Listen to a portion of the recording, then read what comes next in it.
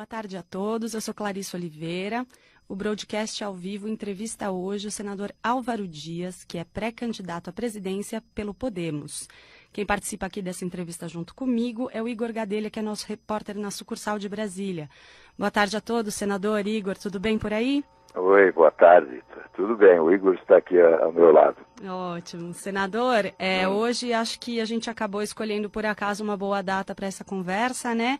Uma vez em que a gente teve os resultados da última pesquisa da Datafolha, e o senhor ali aparece até que bem posicionado, considerando o fato de o senhor estar numa candidatura que está no início aí, sem recall e tal, mas o desempenho aí surpreendeu algumas pessoas. Eu queria que o senhor comentasse um pouco como que o senhor está recebendo esses resultados. Olha, primeiro nós temos que considerar que pesquisa de intenção de voto, nesse momento, sem dúvida nenhuma, algo a se considerar, pelo menos a se considerar. Eu não entendo como algo decisivo em relação ao futuro do processo eleitoral.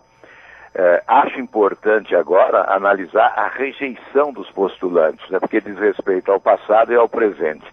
A intenção de voto é apenas intenção, não é voto ainda consolidado, é intenção. Isso pode se alterar exatamente ao sabor das circunstâncias, não é?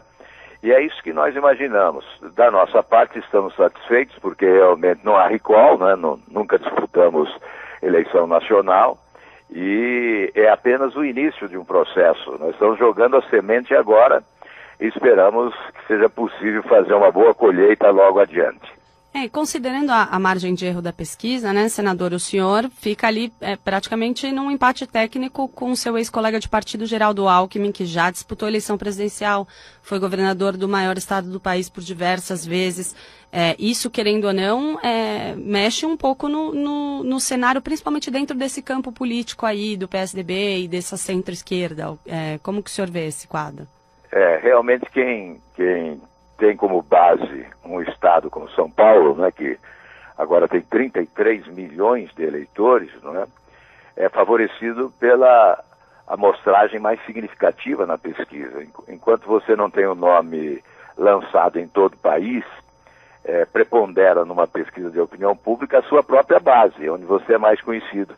Essa é a minha desvantagem, né, em relação a esses concorrentes que já disputaram eleições ou que partem de uma base eleitoral mais expressiva quantitativamente, não é? É isso que nos anima, o fato de que poderemos sim lançar essa semente em terreno fértil, porque há no país um desejo de mudança real e a nossa proposta é de ruptura, uma proposta de rompimento com o sistema político atual, especialmente com o sistema de governança que é corrupto, que fracassou, que abriu portas, sem dúvida nenhuma, para a incompetência e para a corrupção. Um sistema que foi transplantado para muitos estados e municípios, né, distribuindo incompetência e corrupção, que faz essa descrença que se generalizou no país, né? Esse é um grande desafio, superar essa descrença para se fazer acreditado em relação ao sonho de mudança que há e que nós denominamos de refundação da República. Senador, no mundo político, principalmente entre os candidatos de centro, muito se fala sobre discussão de uma possível candidatura única de centro. O senhor acredita que o centro vai ter uma candidatura única e, se sim, o senhor estaria disposto a abrir mão da sua candidatura caso o centro tenha uma convergência em torno de uma só candidatura? A dificuldade, pode ser até inteligente a proposta, mas é preciso ver se ela é possível. Qual a dificuldade? Estabelecer o critério para a escolha do nome. Que avaliação faremos, né? Como chegaremos à conclusão que esse ou aquele tem mais potencial do que o outro, não é? Certamente o PSDB não abrirá mão da sua candidatura e provavelmente o Podemos também não abre mão da sua candidatura. Nós acabamos sendo intérpretes da aspiração de um movimento. Eu represento esse movimento chamado Podemos. O Geraldo Alckmin representa o PSDB. Nós não podemos decidir em função dos nossos próprios interesses, que podem ser legítimos, mas que não podem ser pessoais. Há que se ouvir fazer a leitura do que um movimento de expressão como o nosso deseja.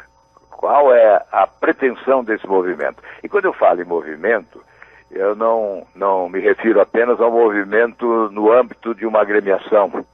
Eu me refiro a um movimento que extrapola essa agremiação partidária, que chega à sociedade.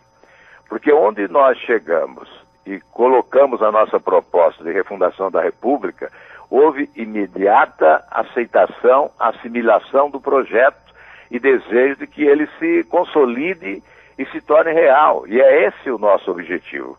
Então, qualquer convergência tem que se dar em torno de um projeto de nação e não em torno de nomes. E essa é a dificuldade. Eu tenho clareza em relação à proposta que estou apresentando, que é da refundação da República, que é a ruptura com esse sistema. Já não vejo a mesma clareza em outras candidaturas, em outras postulações. Então essa é a grande dificuldade. Senador, uma candidatura única de centro no cenário que o senhor tem analisado, só para ficar claro. Eu considero difícil. Entendo que é possível reduzir o número de candidatos, isso sim. São vários os candidatos ao centro, não é? E é possível reduzir o número, imagino que a 2, talvez a 2, é o que eu imagino. Nós não podemos também eliminar alternativas. Não podemos eliminar alternativas, porque constantemente alguém diz, olha, o povo não sabe escolher. E, na verdade, não é o povo que não sabe escolher. Muitas vezes faltam alternativas para que ele escolha melhor, para que ele possa escolher bem. Então nós temos o dever de oferecer alternativas. Não creio que, liquidando todas as pretensões ao centro, nós estejamos oferecendo alternativas à população brasileira. Senador, se o senhor me permitir trazer para cá um pouco algumas perguntas de alguns dos nossos assinantes. Pois não. Uma coisa que apareceu em mais de uma pergunta, na verdade, é o que o senhor pensa sobre a proposta de privatização da Eletrobras? Isso apareceu, por exemplo, num questionamento do Luiz Mariano de Rosa, que é agente na Planner Corretora, e também a Helena Landau, que é a diretora do BNDES. Ela especificamente comenta o seguinte, ela diz: a empresa está ficando inviável financeiramente e as distribuidoras prestam os piores serviços ao país, demonstrando desprezo por seus consumidores. Se eleito, qual encaminhamento o senhor dará à privatização da Eletrobras? Olha, especialmente a Helena Landau, né, que tenho grande admiração, eu respondo com muita satisfação essa questão, colocando no contexto geral de um programa de privatizações. Eu acho que temos 146, aliás, acho não, tenho certeza agora, temos 146 empresas estatais federais. Eu ri porque há pouco tempo eu falei em 149 e fui contestado, porque aconteceu uma privatização mais recente e houve uma redução para o número de 146 empresas federais estatais. São hoje 504 mil servidores públicos nessas empresas estatais brasileiras. Então nós temos que reduzir isso seguramente, isto é absolutamente correto, reduzir com um grande programa de privatizações. 38% das atuais empresas, de 146, 38% foram empresas criadas durante os governos do PT e muitas delas como cabide de emprego. Então, como é que eu me posiciono? Necessidade de um grande programa de privatização. Primeiramente, recuperar o valor patrimonial dessas empresas, reduzido em razão da incompetência e da corrupção. Nós não podemos vender na bacia das almas. É um patrimônio nacional importante que tem que ser preservado. Portanto, num primeiro momento, a recuperação de imagem, a revalorização dessas empresas tremendamente desvalorizadas para depois incluí-las num grande programa de privatização. Há instituições que são estratégicas, como o Banco do Brasil, Caixa Econômica Federal, o BNDES, são instituições do sistema financeiro, setor público, fundamentais, né, para a alavancagem do crescimento econômico do país. Não creio que alguém possa admitir a privatização destas instituições. Nos tornaríamos reféns, né, do sistema financeiro privado. Em relação à Eletrobras, num primeiro momento, a tentativa de recuperação da empresa. Depois se discutiria eventual privatização. Obviamente, as subsidiárias já poderiam ser incluídas imediatamente num programa de privatização, logo após esse balanço, essa tentativa de recuperação de imagem, mas não podemos levar muito tempo nisso. E a Petrobras da mesma forma. A Petrobras é uma empresa estratégica que não deve ser privatizada, pelo menos num primeiro momento, a não ser as subsidiárias, as distribuidoras, por exemplo. A privatização e o estabelecimento da competição no entorno através da exploração por intermédio, por exemplo, das ações que dizem respeito à exploração do petróleo, à prospecção e exploração do petróleo, o refino, enfim, são privatizações que podem se estabelecer, obviamente estimulando a competitividade, mas sem entregar o comando de uma empresa fundamental que diz respeito à segurança, que diz respeito à soberania e que tem que ser recuperada integralmente, de forma absoluta. A privatização, aliás, eu digo sempre, até em tom jocoso, né, que nós precisamos reestatizar a Petrobras porque ela foi privatizada pelos corruptos, pela corrupção. Se nós privatizássemos a Petrobras, certamente ela continuaria estatal com outro idioma.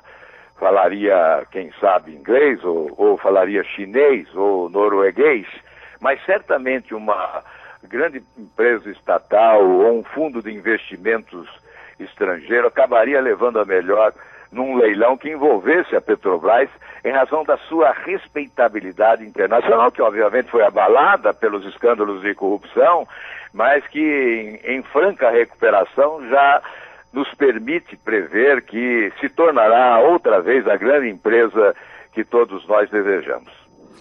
Além disso, um outro assunto que apareceu aqui bastante é a reforma da Previdência, senador. Aqui eu tenho dois posicionamentos aqui que eu acho que valem ser mencionados. O Luiz Mariano de Rosa, também da Planner, diz o seguinte: o senhor é favorável a uma reforma da Previdência com a unificação de regras para o público-privado. E a Marcela Cavalti, da SPC Brasil, economista-chefe da SPC, ela pergunta o seguinte: se o senhor faria uma reforma e, se sim, a prioridade é de fato ter um modelo que seja sustentado no longo prazo, ou se é algo que vai durar só por um mandato, pelo menos assim, aquela ideia de fazer uma coisa, vamos fazer o factível imediato, é melhor do que não fazer nada, ou vai de fato buscar uma coisa de longo prazo? Olha, primeiro dizer, para justificar a necessidade dessa reforma, não é? 40% de tudo que se produz no país circula nos cofres públicos. E 65% desse total desaparece em dois itens: previdência e folha de pessoal. Então, esse argumento é suficiente para mostrar ao país que a reforma da Previdência é inadiável, ela é urgente. Aliás, essa política de teto está comprometida exatamente porque o governo Temer não fez essa reforma e outras reformas estruturais. Então, a reforma da Previdência é essencial, começa, evidentemente, por um governo que propõe a transparência, fazendo o balanço, mostrando à sociedade o que realmente aconteceu com o nosso sistema previdenciário. E um governo que demonstre coragem de colocar a mão no bolso dos poderosos. Aí uma inadimplência que, obviamente, a cobrança dessa inadimplência não resolve o problema da Previdência no país, mas é uma demonstração de coragem do governante que o autoriza a promover a reforma depois.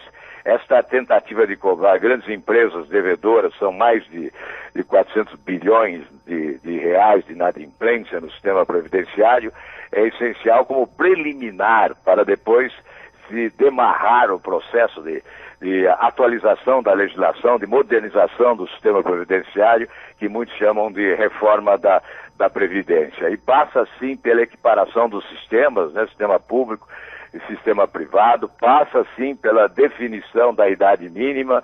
Enfim, nós podemos usar o direito comparado para nos espelharmos em modelos fora do país, em nações evoluídas, como a Dinamarca, por exemplo, que tem um sistema elogiado e que dá resultados. Nós temos que buscar, sim, alguns exemplos fora do país. Nós podemos olhar como as nações mais avançadas tratam a questão da idade mínima, veja lá Portugal, Espanha, Inglaterra, Alemanha, enfim. Nós temos que estabelecer parâmetros de comparação para que o acerto aqui seja inevitável numa reforma da maior importância, que não pode ser apenas um tapa-buracos ou um remendo, né, como alguns pretendem, uma reforma provisória. Tem que ser uma reforma definitiva, que se pretenda definitiva. Senador, um assunto que também o mercado sempre tem buscado dos presidenciáveis é sobre a autonomia do Banco Central. O senhor é a favor da autonomia do Banco Central com mandatos não coincidentes para os diretores, mandatos não coincidentes com o da Presidência da República? Sim, a autonomia do Banco Central, evitar interferência político-partidária e também a interferência do sistema financeiro, que tem sido maior do que a interferência político-partidária nos tempos atuais. Então essa independência é essencial, a fixação de mandatos também é possível, o modelo nós podemos discutir, mas em tese a independência e fixação de mandatos definidos. Senador, se o senhor me permitir voltar um pouquinho para a parte política, pois não. Um ponto do qual a gente não consegue escapar nessa campanha, para qualquer candidato é um assunto praticamente obrigatório, é a Lava Jato. Uhum. O senhor está nesse momento aí diante de uma situação onde o seu suplente, o senhor ter sido questionado em algumas ocasiões pelo fato do seu suplente ter sido citado na 49ª fase da operação, se eu não me engano. Tem aí uma questão sobre o envolvimento de uma empresa que já foi presidida por ele, embora não seja mais, e que aí teriam passado recursos oficiais ligados à propina e tal. Eu queria um posicionamento do senhor sobre isso, porque é algo muito próximo do senhor, querendo ou não, pelo fato dele ser seu suplente, né? Próximo ou longe, a minha posição é sempre a mesma, né? Uhum. Rigor absoluto em matéria de investigação, apoio integral, total à Operação Lava Jato, que muda o cenário não só da política nacional, mas da justiça brasileira, e que é a prioridade para o nosso povo. E em relação ao meu suplente, eu tenho dele um bom conceito, um melhor conceito, um empresário muito respeitado no Paraná, muito ligado à área de esporte, portanto popular, e que deixou as atividades empresariais já há alguns anos exatamente para exercitar a atividade pública, tentando trazer a sua contribuição. Cabe a ele responder pelos seus atos, obviamente. Não creio que alguém possa transferir a minha responsabilidade de dar respostas a esses questionamentos. Espero que ele possa dar da melhor forma possível e vamos aguardar a conclusão das investigações para o nosso julgamento. Mas, de qualquer maneira, de antemão, ele sabe disso, tem o meu respeito, mas ele sabe que eu apoio integralmente a Operação Lava Jato, todas as investigações, e confio na lisura de procedimentos adotados pela Polícia Federal, pelo Ministério Público e pela Justiça. Deposito total confiança na Justiça nesse momento em que o Brasil é passado a limpo e vamos aguardar a finalização desse episódio. Mas o senhor mesmo, por exemplo, né, senador, já foi lá no passado alvo de uma informação, por exemplo, que foi citada numa delação e depois acabou sendo arquivada. O senhor, se eleito, por exemplo, o senhor reveria o mecanismo das delações de alguma forma? Porque é uma coisa que, se as informações não forem tratadas de forma muito responsável, elas podem prejudicar muito carreiras de pessoas que não necessariamente têm envolvimento com algum esquema de corrupção. Eu acho que nós vamos ter essa experiência da Operação Lava Jato que será inspiradora para eventual alteração que aprimore. Eu acho que a delação foi uma grande conquista. Sem dúvida nenhuma, a Operação Lava Jato não teria o êxito que tem não fosse esse processo de delação premiada. Então, é um instituto que veio para ficar. Eu defendo a permanência definitiva na nossa legislação desse Instituto da Delação Premiada, sem prejuízo de eventuais alterações que possam aprimorá-lo. E a Operação Lava Jato certamente indicará caminhos para esse aprimoramento. Senador, outro ponto de muito interesse do mercado é sempre a equipe econômica de um futuro presidente. O senhor já pensou quem seria um bom nome para ser seu ministro da Fazenda e presidente também do Banco Central em seu eventual governo? Olha, nessa substituição de sistema que estou apregoando, defendendo, isso é um ponto decisivo. Eu não seria candidato, em hipótese alguma, não fosse para promover a substituição desse sistema, porque ele fracassou, é a causa de grandes problemas que nós estamos vivendo, sobretudo da corrupção, e com ele nós não vamos alcançar índices de crescimento econômico compatíveis com as nossas potencialidades. Então, o início da mudança é exatamente a constituição da equipe, a composição do governo, a indicação, a escolha dos nomes. Eu acho que é o momento mais importante, é o momento da escolha. Se for um momento feliz do governante, ele abre perspectivas de êxito. Se for um momento infeliz, certamente ele está plantando antecipadamente o seu insucesso. Então, eu não tenho hoje nome algum. Eu acho que não é o momento. No calor da paixão eleitoral, obviamente nós não estamos no momento adequado para indicação de nomes. O que eu posso dizer é que vou procurar escolher o melhor para cada lugar. Quem é o melhor? Eu vou atrás dele. Não importa que ele tenha apoiado um outro candidato. Pode ter sido até, vamos lá, exemplificar, Ministério da Economia. Pode ter sido até o economista de outro candidato. Poderia ser, por exemplo, o ex-presidente do BC, Henrique Meirelles. Depois da investigação que se faz, depois da consulta que se faz, se o nome dele for considerado o melhor para a função, será ele o escolhido. Assim, Banco Central e todos os outros ministérios. Uma última pergunta aqui, só para a gente finalizar, senador, se o senhor me permitir. A gente viu também nessa última pesquisa um destaque ali razoável da Marina Silva. Eu queria saber a sua opinião sobre ela, se o senhor vê uma possibilidade de composição no futuro, considerando que ela é um quadro com um perfil um pouco diferente, mas que tem feito alguns acenos também. Olha, primeiro, nós temos pesquisas aí para vários gostos, né? Ultimamente eu tenho visto pesquisas contraditórias, né? Tenho recebido algumas pesquisas, os números não batem, né? Por isso que a gente tem que ter sempre muito cuidado na avaliação das pesquisas de opinião pública. E eu sou um adepto de pesquisa, né? Procuro me orientar fazendo pesquisa sempre, considerando, mas tentando fazer, não é, a correta avaliação do que a pesquisa indica. Em relação à Marina, é uma figura política respeitável, não é? Acho que ela está aí nesse quadro com legitimidade, já disputou 2 eleições presidenciais e cabe ao nosso eleitor fazer a avaliação mais adequada de quem deve ser o futuro presidente da República, mas ela é protagonista. Vencendo ou não as eleições, é protagonista, estará na cena política, certamente, com uma presença sempre exigida. Perfeito. Muito obrigada pela participação aqui, senador. Esperamos poder contar com o senhor no futuro aqui também. Ok, exato. Agradeço a todos que acompanharam a gente. Igor, obrigada. E a gente se vê na próxima. Um abraço, até mais.